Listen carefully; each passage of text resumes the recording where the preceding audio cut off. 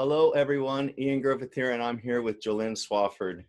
And Jolynn, you had the honor of speaking with Tony Robbins at Date with Destiny in Australia. And first of all, I want to salute you because you're so brave in that you brought up some points in your life that were very difficult to share. And I know that when you share moments in your life that are difficult, that you are getting over, that you help so many people above yourself. And I'm sure that was your intention. And, you know, when we go into a very dark place in our life, we're able to either let it defeat us and define us, or we're able to rise up and triumph over that. And we are able to generate a light that is much brighter than if we never went through difficulties at all. And no one gets through life unscathed. You know, life isn't about how hard you can hit. It's about how hard that you can take a punch and still get up. And, you know, there's different people with different levels of strength. And I just think you have such tremendous strength, and I'm honored to have you here.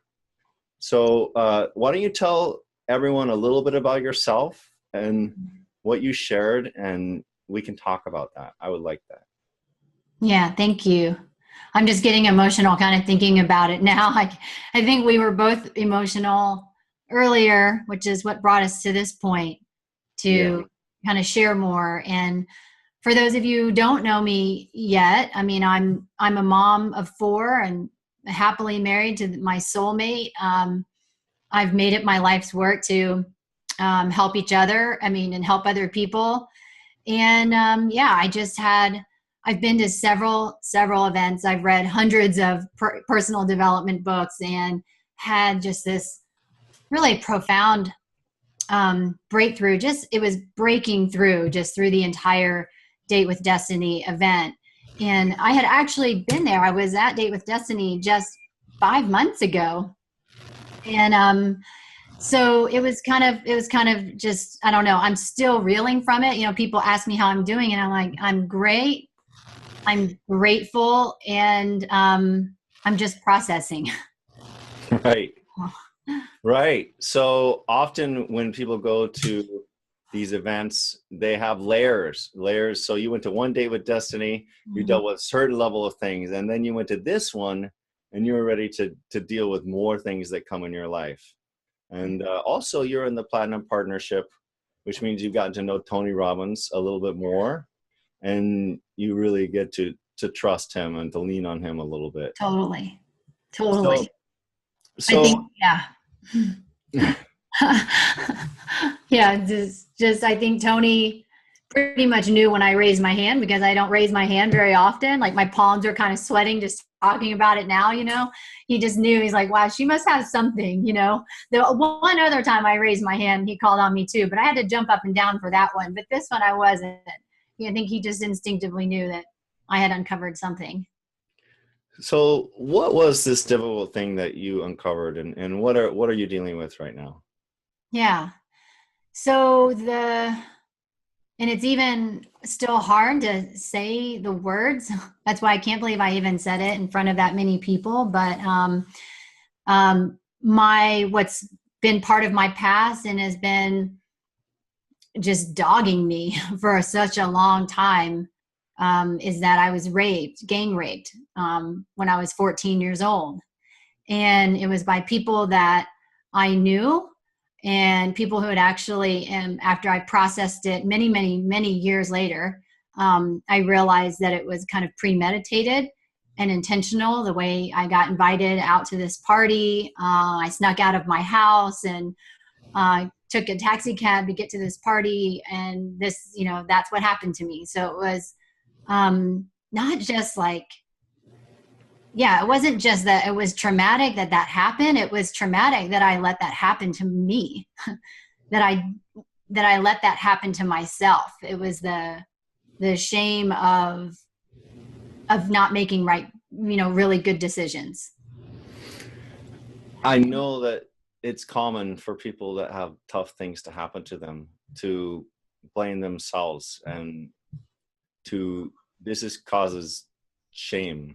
Mm-hmm. But I think that everyone could know that there's no way that you can know these things are going to happen when you trust and you reach out to the world. Mm-hmm. Yeah, I mean, I think I don't know what I hate more. I mean, and I'm using the word hate. That's a really strong term. I don't use it very often. I don't know if I hate what happened to me more or if I hate more that I let it happen. Well, I think that the thing to think about here is that everyone that has a bad thing happen to them thinks they let it happen to them. Yeah. But that's not really the case. It's not really the case. It's just the thing that everyone believes, but we have less control than we think in life. Mm-hmm. And I mean, in honesty, we can either say that that's the story that we let it happen to us, or we can say that this happened to me and I can triumph over it. Right. Yeah. And that's the interesting thing is I always tell people that it's not about the suffering and it's not about the story. It's about the comeback. And that was part of my breakthrough, is that I think intellectually I had recovered from the story in so many ways. And I had convinced myself that I was over it, that I had moved on, that I was victorious. I forgave the people who I even sent them letters. This is something I didn't talk about during my share during the Tony Robbins event, just really in the interest of time. Wanted to be respectful of everybody's time. But, I actually wrote letters forgiving each one of these men my age for what they did and releasing them. I basically said, I release you. I realize that I've had power over you all this time. And I felt great about that. I felt, because the letter could have been different. I could have written a letter to their families, to their wives, I could have destroyed them. And I knew that that wasn't the way to go. And so I forgave them instead. And I pray for them still and give them grace every day and hope, because I know that they had to have been in pain too to be able to do that to me. So I've gone through this whole journey of forgiveness, and that was just one part of it. Forgiving other people is just one part. And through all of that forgiving, I realized I never forgave myself. Yeah. So when did you send these letters to them? Last summer. So summer of 2017. And this 30 years later. Wow. Yeah. And then was that after an event that you went to?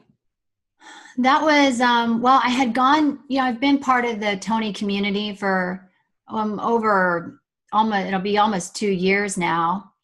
But the forgiveness came from starting my journey and wanting to be more open and public about my story and sharing my suffering so that it wasn't just for nothing.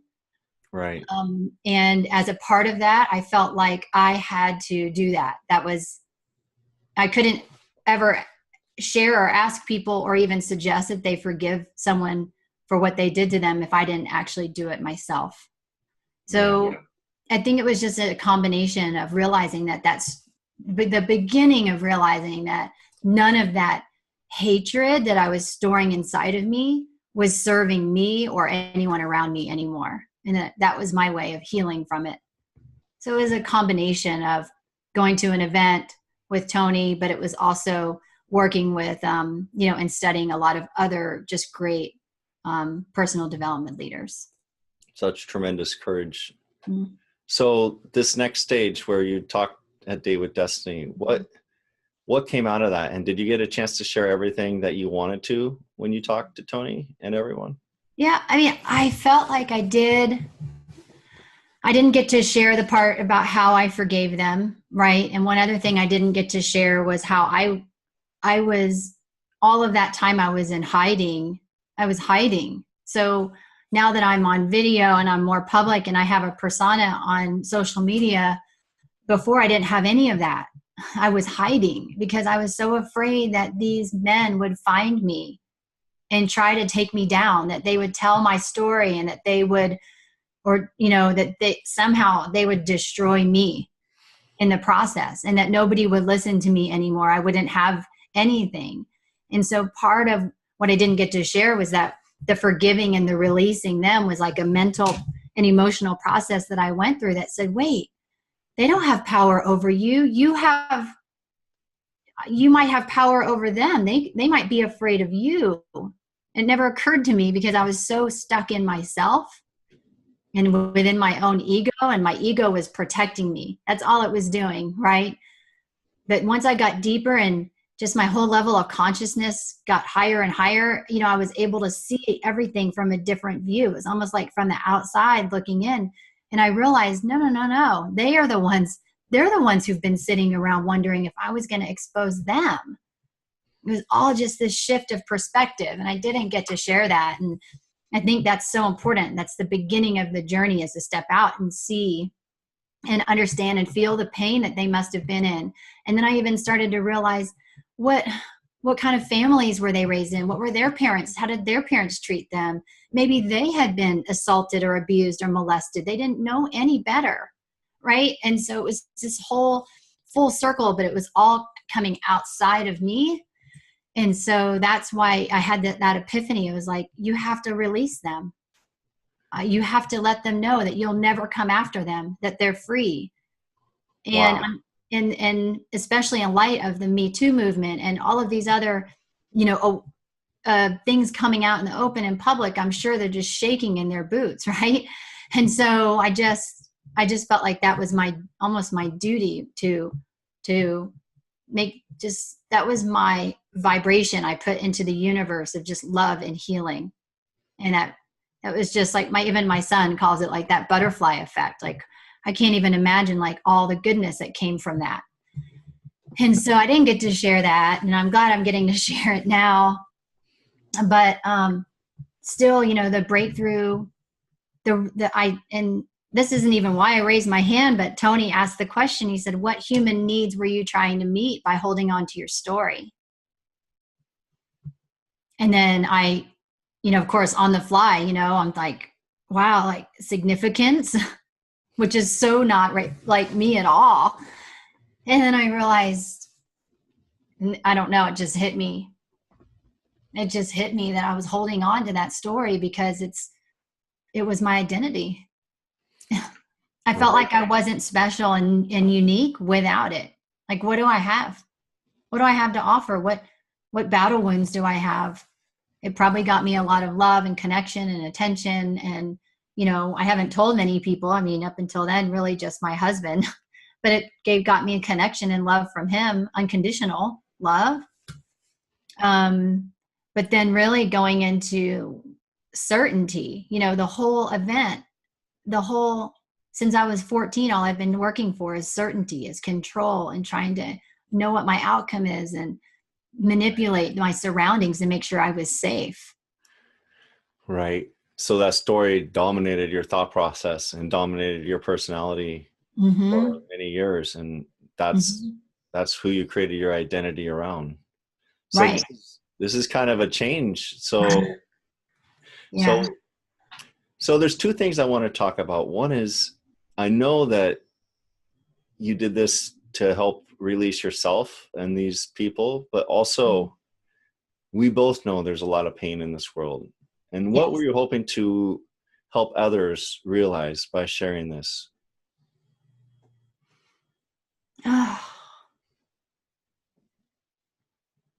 Just that, just the journey of, we learn so much about, changing your story, right? And how changing your story can change your life. And I do agree. I mean, it definitely changes your life. You have complete control over that. I mean, we have control over what our story is and how it serves us and how it serves other people. And I mean, in the moment, I was so afraid, and I'm still kind of afraid, just because it's hard to be me without that story. Yeah. But I just wanted people to know that their story doesn't define them. It just is like a blip on the map. It's just a little part of what happened, of their journey. that our lives are not just here on this earth, they're eternal. They last forever. And there's so much joy and abundance that's in store for us. And I think as I was telling my story, I was thinking all I could think about was God's glory for all of us. And how can we see that every day? And when we let these single episodes, these single painful events dominate our entire life and our entire story, a purpose of while we're on this planet, like, it's like Tony says, we shouldn't rent any more space in our minds to those stories, or Tony also reminded me, not a single cell in my body that was around when I was 14 years old is here today. Even my skin has been completely replaced. Like, there's not a single, so why do I continue to rent space to those people in my mind? And so I think what I told you before, and it just almost gave me chills because it was a breakthrough for me. It was like, change your story, change your life, but change your primary question, change the world. Right. And what I didn't share with people is that my primary question, and it has been, I've gone back in my books from other events with Tony, has been consistently, does what I have to say really matter? Which boils down to, do I really matter? And I think that boils down to, am I enough? Right? And that is one universal question that we all have. And so it was a common point, and I changed my new question to, how can I step into God's glory for me even more every day? And I realized just in chatting with you, Ian, like just now, like I never, ever, ever would have raised my hand if I was in my old primary question. Absolutely. Because I never would have believed that what I said mattered. And it matters so much. It was changing that question, and that changed the world. It changed part of the world. And what you say matters so much, because there's so many people that their whole life they have something that is a secret, and that secret weighs them down, and until they let it free, it is part of their secret identity, and then they can never have a public identity. And even when they have it, it doesn't feel real because they might be found out. But every day we have a choice of who shows up. That's right. And that, I speak with hundreds of people, and the number one thing that holds people back is their past. And I know that everyone has different experiences, but and some are comparable, some are not. But the thing is, to them, there's always something that was painful that's holding them back. And until you release it, you can't move forward. Right. Yeah. I think that's so true. I mean, we are not our past at all. And every day we wake up, we have a choice to say, okay, this is going to be my story. This is how I'm going to live, because you don't know how much longer you're going to be here. And if you continue to live in that pain and that hatred and that suffering state, if you don't fix it, you will die. The cells in your body will die. You will get cancer. You will have heart disease.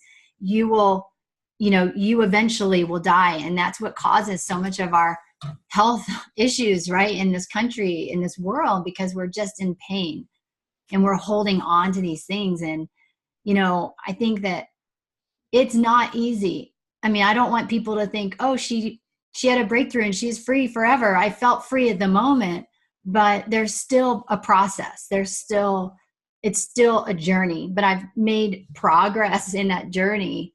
And even now I'm aware, like I can almost feel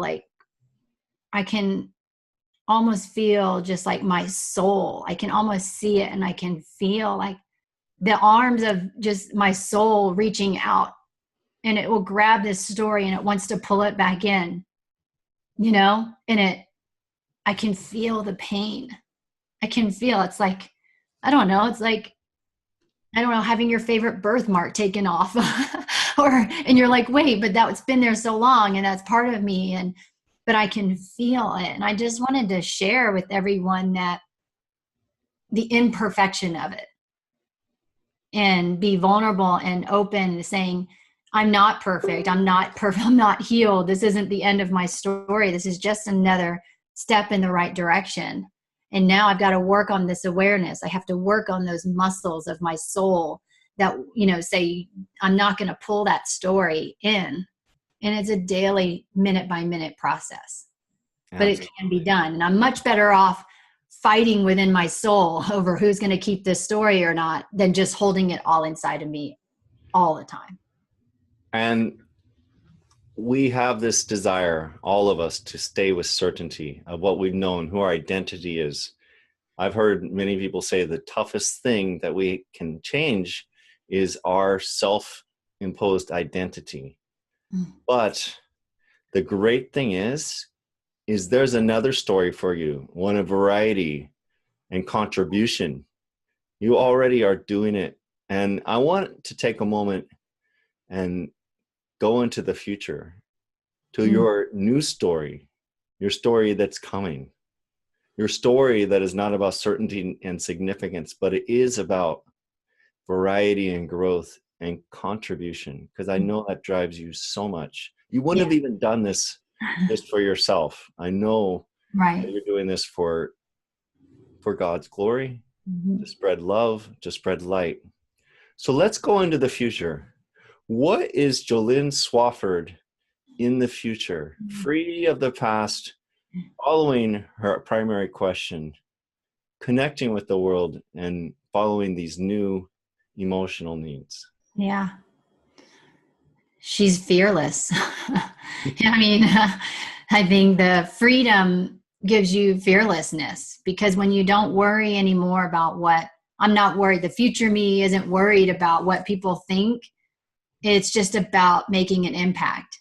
It's about loving and caring and making an impact, even if it's just one person. And it's a woman, she's a woman who attracts thought leaders from around the world that want to understand her journey and her inspiring story. And, she's left a legacy behind by not just overcoming, but by continuing to make an impact. Absolutely. And, I've known you a long time, and all these things just came to light lately. But I did know that you're such a bright light in this world. And I'm attracted to that, honestly. People like Tony Robbins, other people, Joseph McClendon, you, and a bunch of my friends, you know who I'm talking about. I truly love people that generate this amazing light. And, Tony Robbins was grateful for his past, even though it was incredibly painful, because through that, he learned how to create a light for himself and other people to follow. That's right. So here's what I see. I see you turning your past into a powerful weapon for the future. You turn it into a light to light not only your way, but the people that you lead. And you bring them through their pain, through their struggles. And they realize if you can do it, they can do it too. That's right. And that feeling, that great feeling of helping other people through this dark cave to the light, to the hill, to the top of the hill, is going to help you heal. It's going to help them heal. And it's going to be a wonderful feeling. So when you go to that past and that past tries to grab onto you, you should go to that future of you guiding people up the hill.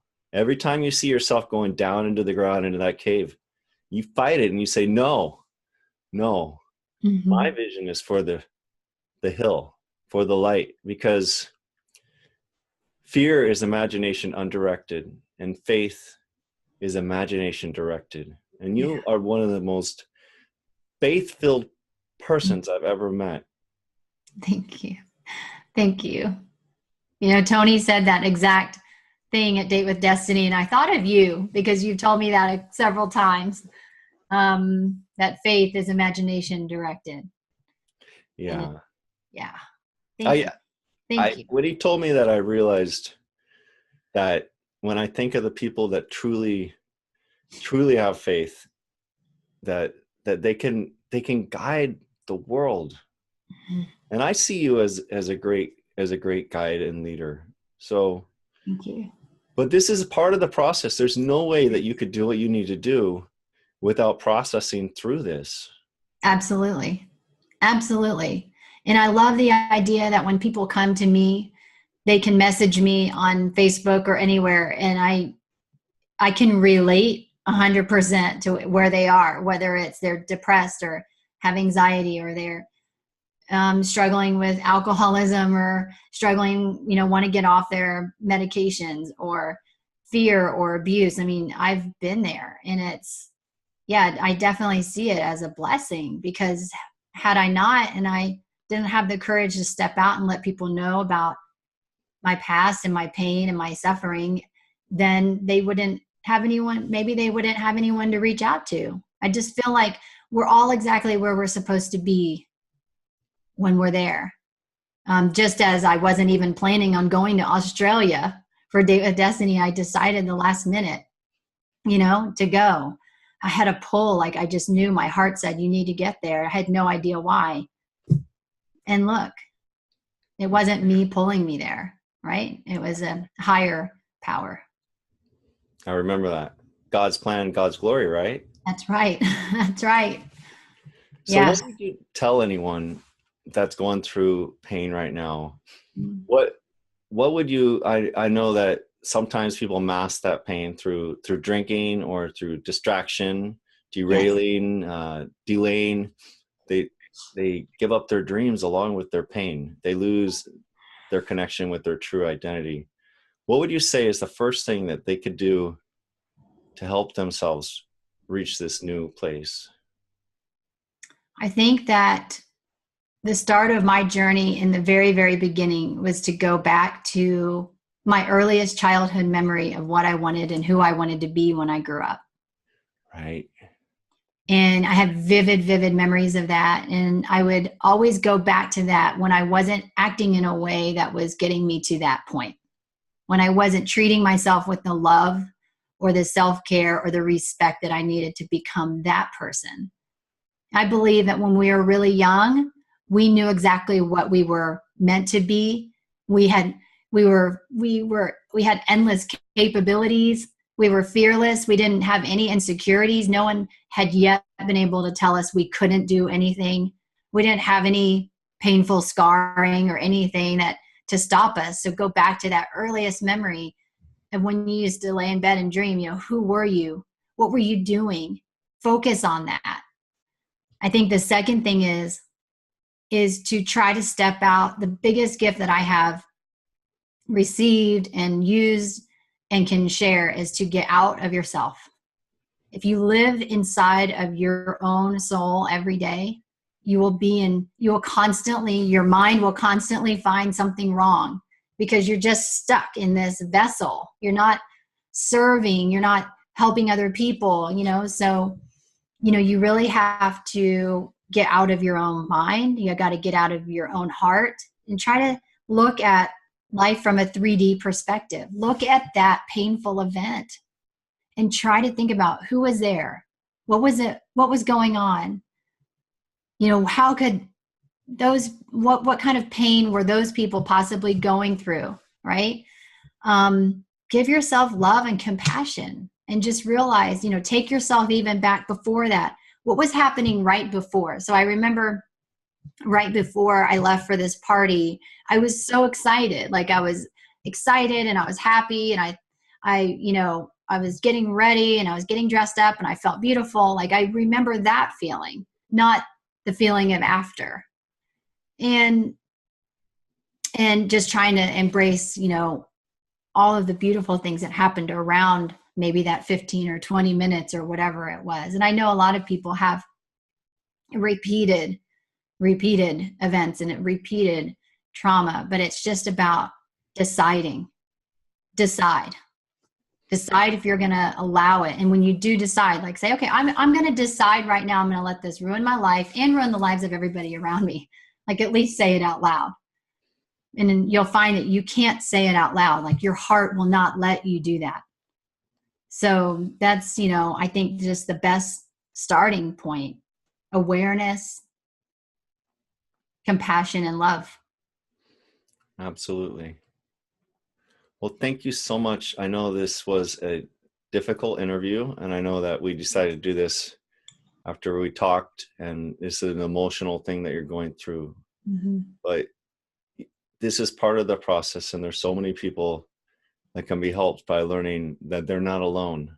Yeah. Because there aren't that many people that are so brave like you to let themselves be known. So thank you so much. I'd really salute you, and I salute your time.